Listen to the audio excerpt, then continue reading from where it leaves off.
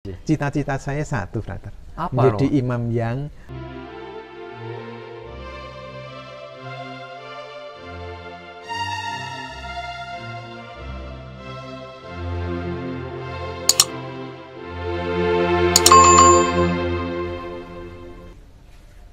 Sasa Sarapan Sabda, hari ini senang sekali bisa berjumpa dengan para penonton Sarapan Sabda dalam edisi Sarapan Sabda, bincang-bincang santai bersama dengan seorang Romo, Imam Projo Keuskupan Agung Semarang. Beliau adalah Romo Sukendar. Selamat pagi, Romo. sehat ceria. Sehat ceria, Romo. Iya. Nah, terima kasih Romo atas kesempatan yang Romo berikan kita bisa berbincang-bincang santai pada hari ini. Nah, hari ini Romo kita akan berbicara dulu nih seputar perutusan Romo Kendar setelah ditahbiskan menjadi seorang imam.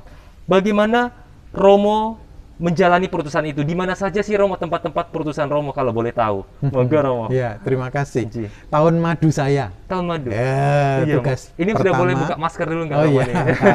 Terima kasih. Ji, Romo. Tahun madu saya. Tahun Tugas madu, pertama saya di Paroki Maria Assumpta Klaten. Ji. Bersama Romo Mardi Suwegno. Ji. Orang-orang Klaten dan para Romo senior tahu Ji. siapa Romo Mardi Suwegno. Jenderal Dekok. Wow. Karena Romo Ji. Mardi Betul. itu tugas dinas tentara, Ji. lalu kecelakaan, tapi luar biasa, sehat akhirnya.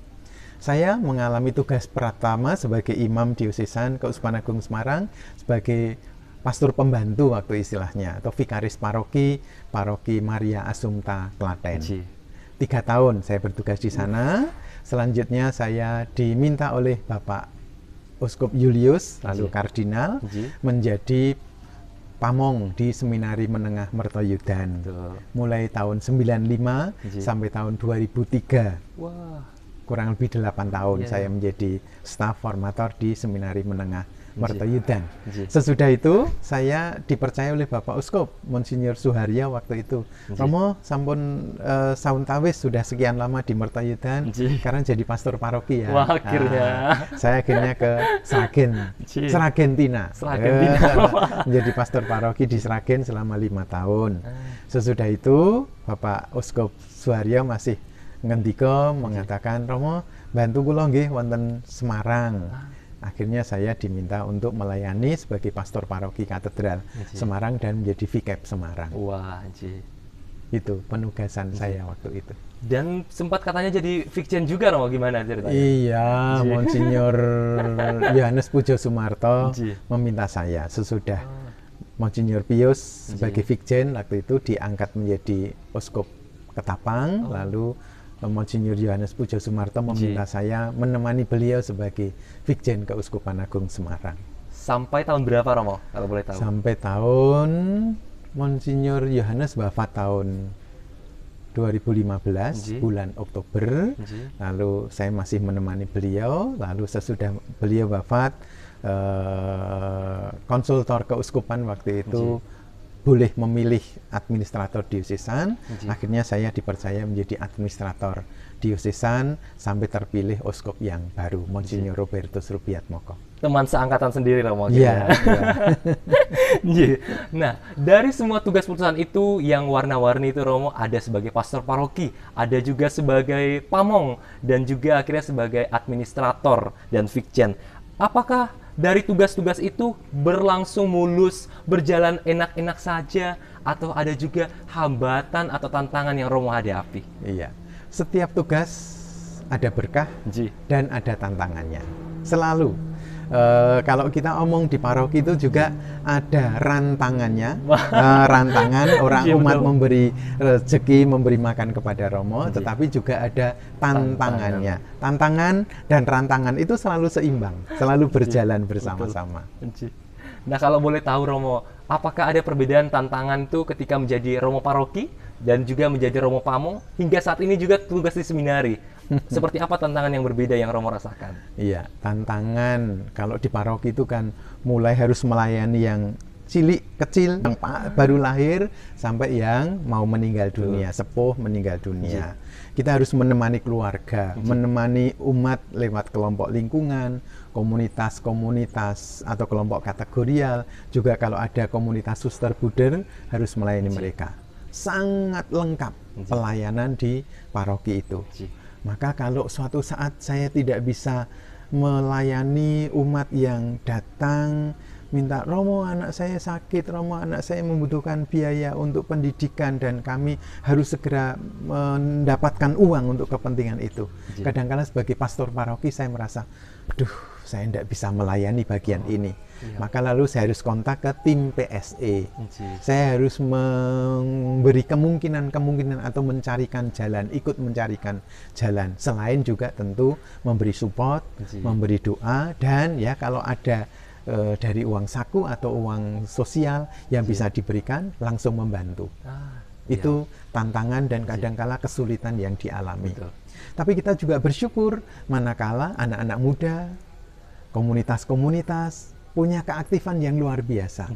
Orang tua mempercayakan anak-anaknya untuk ikut aneka macam kegiatan. Maka kita bersyukur manakala orang tua mensupport, mendorong anak-anaknya supaya ambil bagian dalam aneka macam kegiatan. Gereja lalu rasanya hidup. Betul. Itu yang saya rasakan. Dan ketika di seminari, anak-anak yang dihadapi malah anak-anak yang sudah gede, Romo ya. Itu juga ada tantangan dan rantangannya sendiri. Di seminari tetap ada rantangannya, Romo ya. Iya. Tetap, Romo ya. Umat itu sangat peka dengan kebutuhan Romo, termasuk juga di seminari.